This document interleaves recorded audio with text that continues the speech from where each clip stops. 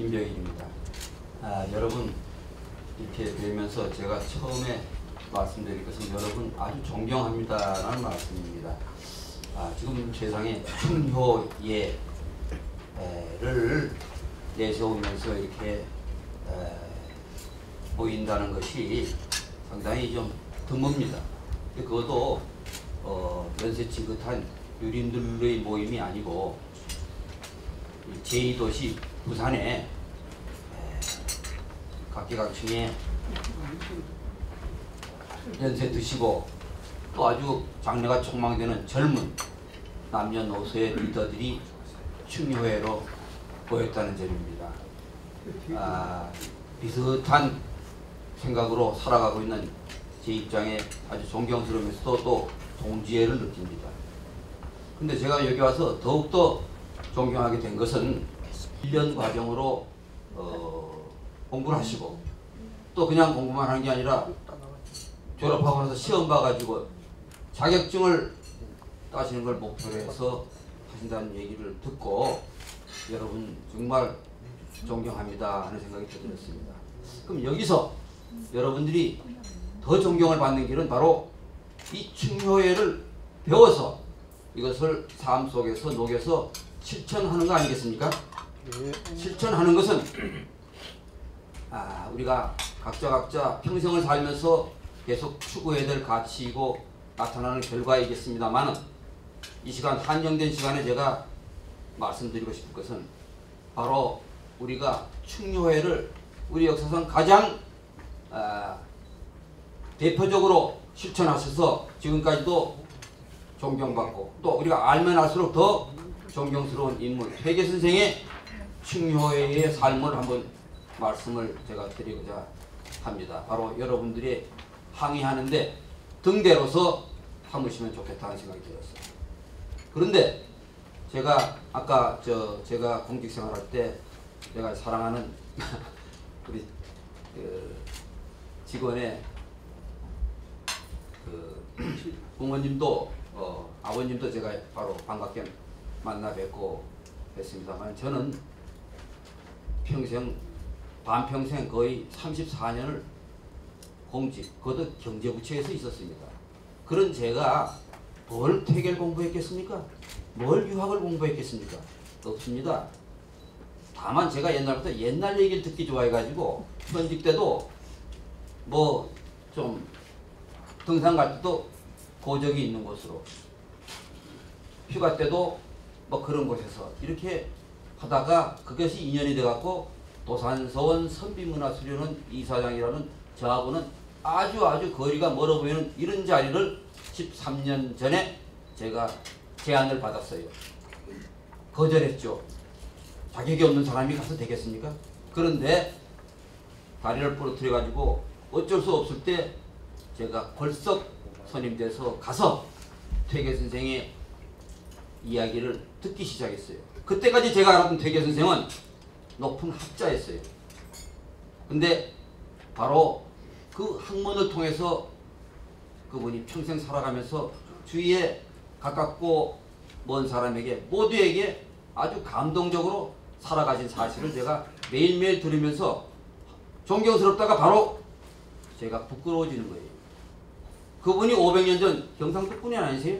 그분이 500년 전에 아주 정신이 모자란 부인을 대한 거하고 제가 우리 집사람을 대한 거하고 비교하면 비교할수록 저는 고개를 들 수가 없었어요.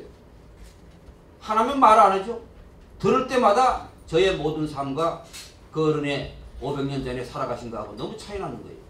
다시면 충과 효와 예를 포함한 모든 인간다움의 존경스러운 가치에서 너무나 차이 나는 거예요.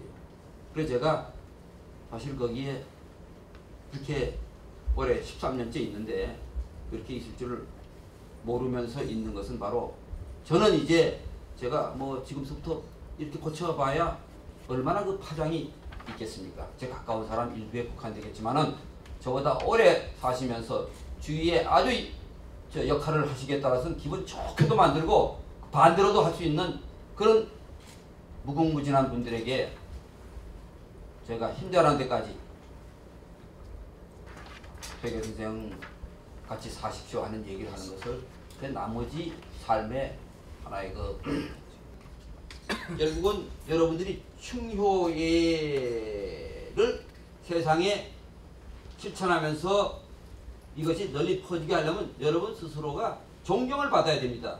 존경받지 못하는 거룩한 얘기는 오히려 더 역부작용이 생길 수가 있겠습니다. 그래서 이 충효회를 통한 존경받는 리더가 되시기 위해서 퇴계 선생의 선비 정신을 제가 소개해 드리려고 합니다. 이게 바로 퇴계 선생이 직접 설계하시고 10년 동안 머물던 도산서원 안에 도산서당입니다. 바로 그 산 너머에 우리 수련원에 퇴계 선생 동상을 모시고 있습니다. 그리고 이 동상 바로 측면에 이런 글씨가 있습니다. 제가 이거를 첫머리에 소개하는 것은 바로 퇴계 선생의 소망이 이 세상에 착한 사람이 많아지는 것이었는데 이 세상에 착한 사람이 많아지기 위해서 첫 걸음이 뭐냐? 두 번째 걸음이 뭐냐? 바로 첫 번째 걸음이 사친희요, 이유. 부모, 어버이를 섬겨서 효도로서 어버이를 섬긴다. 두 번째가 나라를 사랑한다. 어떻게? 충성을 다해서 사랑한다. 이거 바로 퇴계 선생 소원이 21세기에 효와 충이 가장 기본이라고 생각을 해가지고 우리 도산서원 선비문화수련회 오는 분들에게 이걸 강조하고 있는데 마침 제가 우리 부산의 충효의 실천본부에서 뭐라고 저를 불러주시기 때문에 우리 도산서원 선비문화수련회의 가치와 여러분의 추구 가치가 같다 하는 뜻으로 말씀을 드립니다. 말씀드릴 내용은 지금 우리가 왜 충효의 실천을 해야 되느냐, 우리 사회가 어떤 사회길래 그러냐, 요걸 한번 살펴본 다음에 우리가 선비에 대해서 어지간히 압니다. 선비 정신에도 우리가 어느 정도 알고 있습니다만은 좀 더 우리가 필요한 부분을 알고 나서 가장 대표적인 선비 퇴계 선생의 향기나는 삶을 읽어본 다음에 500년 전에 퇴계 선생이 남긴 그 가르침을 쭉 그 후손과 후학과 그 후진들이 어떻게 이거를 이어서 오늘날까지 내려오는지, 그러면 지금 현재 이 시대에 우리는 무엇을 어떻게 실천해야 되는지 하는 순서로 말씀을 드리려고 합니다.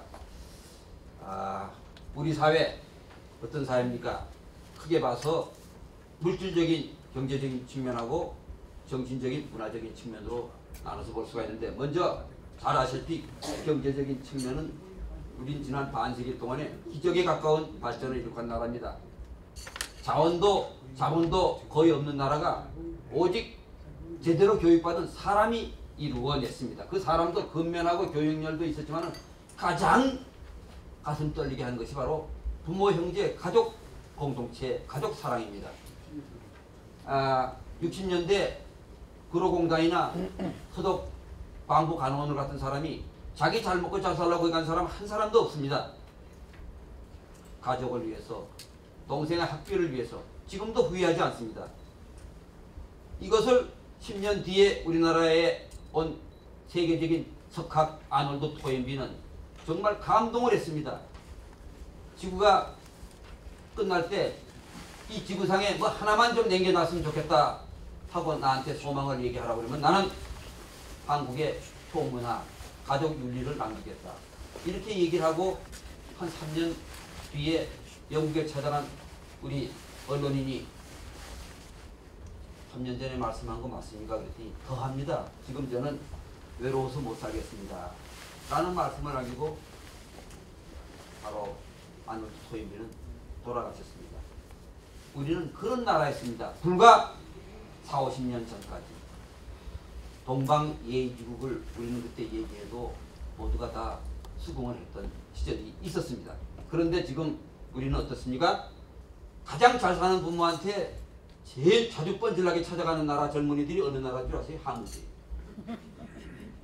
그러면 제일 못 사는 부모, 아주 부담스러운 부모한테 제일 안 찾아가는 나라 젊은이들이 어느 나라 젊은이? 그렇습니다. 이 결과 나라도 발전이 될 수가 없어요. 김치 재료 똑같다고 솜씨 차이가 따라서 김치 맛이 달라지듯이 아무리 경제 투입 요소를 넣더라도 저밖에 모르는 사람들끼리 모여서 물건 만드는 거 하고 교육하는 거 하고 그렇지 않은 거 하고 차이가 당연히 발생하지 않겠습니까? 반목과 갈등은 2016년도 통계를 보니까 우리가 OECD 국가 중에서 세 번째인데 2016년 이후에 우리는 어떤 세상으로 지금 뛰어가고 있습니다. 국민 한 사람 한 사람은 더 한심합니다. 바로 이런 경제 기적을 일으킨 바로 그 사람들이 대한민국 사람들이었습니다. 이 사람들이 자살률 13년, 17년째 지금 1등인 나라에 삽니다. 가장 살고 싶지 않는 사람이 막 늘어나는 세상입니다.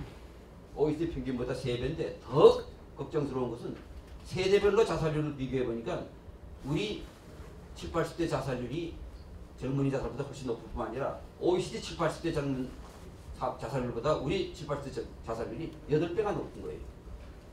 자살할 가능성이 있는 학대받는 노인들에게 물어보니까는 가족이 학대 안 되는 사람이 4분의 3이 넘고 학대 장소를 물어보니까는 집이라고 대답한 사람이 거의 90%에 육박을 합니다.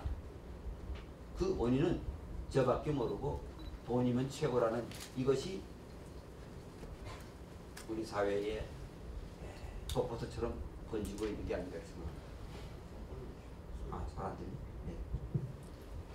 그래서 이대로는 안 됩니다. 그래서 근본 원인을 찾아서 치유를 해야 된다고 생각을 합니다. 바로 저는 딱 하나의 이유를 찾는다면 인성교육이 사라졌기 때문입니다. 모든 일은 사람이 합니다. 사람 얼굴도 몸도 다 멋있어졌는데 그 사람이 생각하고 있는 가치관이 무너졌습니다. 바로 그 가치관이 무너지는 것은 교육의 차이입니다. 옛날에 3년 15살이 하던 효자도 부모 뱃속에서 태어났을 때는 아무것도 몰랐어요. 지금 불효막심한 이 사람도 태어났을 당시에는 아무것도 모르긴 마찬가지였어요. 바로 어디서부터 시작됐느냐. 눈에 보이는 교육의 차이. 바로 교육의 내용과 방법이 어떻게 달라졌느냐. 과거에는 우리는 무릎교육 돌 때부터 7, 8세부터 밥상머리 교육을 받았습니다. 이 교육이 뭐냐면은 할머니, 할아버지 밑에 여러 명의 손자, 손녀들이 함께 공존하는 세상이에요. 할머니, 할아버지가 다 가르쳐줄 수가 없어요. 방법만 가르쳐줍니다. 방법만 가르쳐주면은 다 잘합니까? 못해요. 애들은 자아의식이 있어가지고 내가 쟤보다 못한다 했을 때 노력을 하게 됩니다. 할머니, 할아버지한테는 배울 시간이 없어요. 사촌 오빠, 고모, 삼촌한테 이쁜 행동하면서 지덕체를 배우는 겁니다. 바로 더불어 살아가는 지혜를 배우는 인간 학교입니다. 이 학교를 나와서 어릴 때는 사랑받고 자라면서는 존경을 받습니다. 평생 동안 화목한 세상의 주인공으로서 행복하게 눈을 감습니다. 우리나라 옛날에 자살률이 몇 %였을까요? 이런 거 고민할 필요 없어요. 0%지. 그러니까 제가 물어보죠. 우리 효경에 보면은 신체발부 불감회상이라. 바로 이것이 효도의 시작이라고 그랬는데 신체발부 요거 다치는 것만 해도 그런데 목숨, 통째로 목숨을 내던지는 것을 용납이나 감히 상상이나 할 수 있는 사회였겠습니까? 그런데 우리는 불행하게도 자살률 월등한 1위가 된 까닭이 뭘까요? 바로 이 시대에 이런 교육을 받고 있기 때문입니다. 우리는 1등하라 이겨라 1등하라 이겨라 이런 지식교육을 합니다. 당연하다고 봅니다. 점점 취업은 아니고 이제 4차 산업혁명 시대에 로봇 학교까지 내 경쟁을 해야 되니까 아이고 밤낮 시도 공부를 해야지.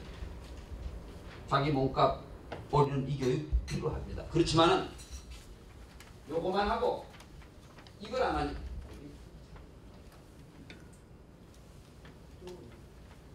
자기 몸 가치만 높이는 교육만 시키고 더불어 살아가는 지혜를 안 가르치게 되니까 자기만 알고 상대를 모르게 되는 데서 바로 다른 사람과의 관계가 아주 악화될 수밖에 없습니다.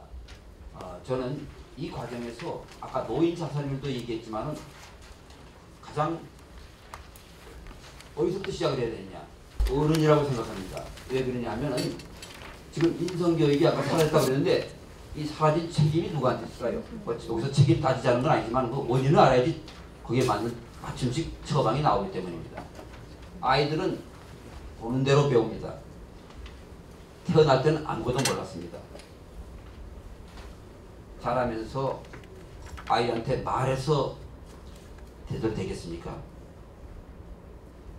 어른들을 보고 배우기 때문에 어른들의 행동이 좋아야 됩니다. 근데 그동안 어른들은 뭘 보여줬어요? 지식을 강조했습니다. 성취를 주장했습니다. 이런 속에서 부모나 조부모는 자식들한테 바람직한 인성을 우리 윗대들보다 더 보여주지 못했다고 저는 자성을 합니다. 이렇게 된 책임은 바로 우리에게 있습니다. 공자님 말씀 바로 자소리적이면 리더가 다르게 이끌 것 같으면 습관부정이죠. 누가 감히 바르지 않을 수 있으리요. 바로 리더십의 회복은 바로 아랫사람에게 좋은 본을 윗사람이 보는 수밖에 없다. 바로 이러한 좋은 본을 보이려고 평생토록 공부하고 실천하신 분들이 인류 역사상 전 우리나라의 존경받는 선비들이 가장 최고봉이다 이렇게 말씀드립니다. 자, 이제 선비입니다. 선비는 문자 그대로 유학을 공부한 사람입니다. 유학은 여러분 잘 아시다시피 공자의 가르침입니다. 이분들은 공부 범위가 굉장히 넓었어요. 이분들은 이렇게 했습니다. 운사철에 시서와는 교양 필수였습니다.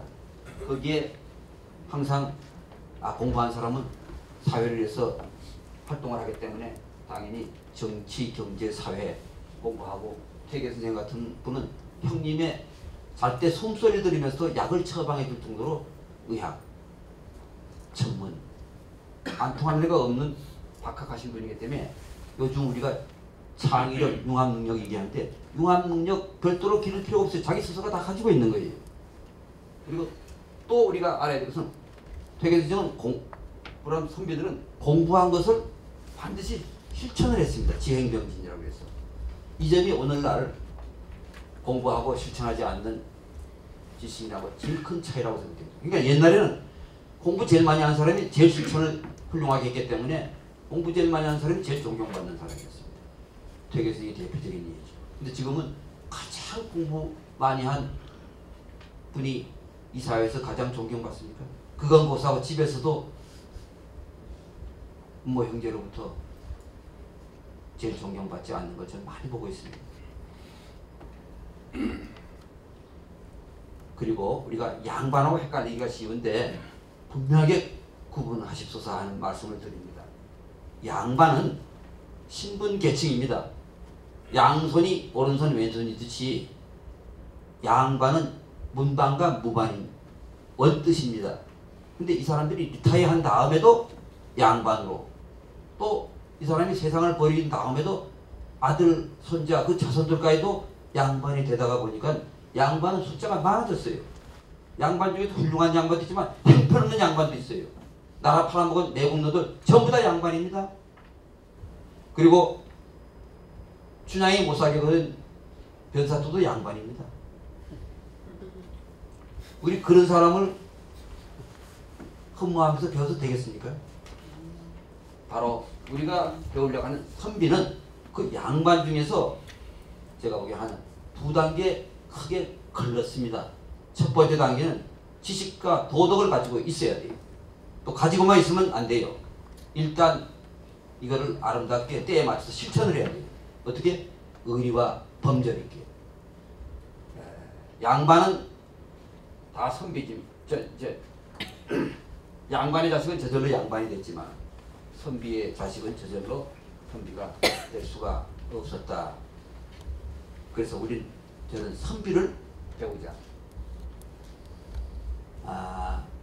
이 자리에 계시는 각계각층의 여러분들 선비가 오늘날도 왜 필요할까요? 하는 생각을 잠시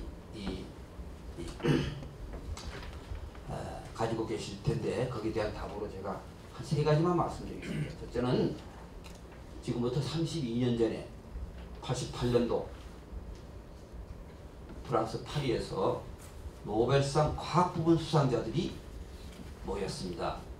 그때도 과학이 굉장히 발전된다고 생각한 이 과학계의 석학들은 이렇게 과학이 발달하다 보면 인간성이 망실된다, 망각된다, 상실한다, 이렇게 생각을 해가지고 앞으로 12년 후에 21세기가 도래될 이후에 그래도 인간이 움켜잡을 것은 바로 공자의 가르침을 배워야 된다고 그랬습니다. 바로 공자가 인간 존중의 의지인을 강조한 것을 이분들은 눈여겨본 겁니다. 바로 이 공자의 가르침이 유학이라고 말씀드렸습니다. 이 유학을 동양 삼국 중에서 가장 철저하게 공부하고 실천하신 분이 우리나라 선비들입니다. 두 번째 말씀드리고 싶은 것은 작년 7월 달에 유네스코에서 우리나라의 9개 서원, 도산서원을 포함한 9개 서원을 세계유산으로 등재를 했는데, 이 사람들이 이걸 등재하면서 탁월한 보편적 가치를 인정을 했습니다. 여러분, 서원이 바로 뭐냐 하면 선비를 양성하는 곳입니다. 그때 교육기관은 공교육기관인 성균관과 향교가 있지만 이건 다운타운에 있었고 술도 가까이 있었어요. 그리고 출세지향적이었습니다. 그래서 정말 아까 말씀드린 그런 선비를 양성을 하려면은 산자수명한 곳에 민간에서 자발적으로 우리가 서원을 만들자. 그래서 서원을 만들어서 거기서 참 지도자를 육성했던 겁니다. 그거를 유네스코 사람들이 500년 후에 설명을 듣고 감동해서 탁월한 보편적 가치라고 인정을 했습니다. 보편적 가치가 뭐냐? 그 당시뿐만 아니라 오늘날까지도 우리나라뿐만 아니라 세계 각국에서 모두가 다 할 수 있는 가치라는 것이요. 그게 뭐냐? 참 지도자를 육성한다는 것이 어느 시대, 어느 때나 어느 나라나 다 필요하지 않겠습니까? 그 다음 탁월한이라는 거 왜냐? 중국도 우리보다 먼저 서원이 있었지만은 거기는 과거 시험 준비하는 출세하려는 사람들을 육성하는 기관이었고, 일본도 있었지만 일본은 사무라이들의 교양 과목 익히는 곳에 불과했습니다.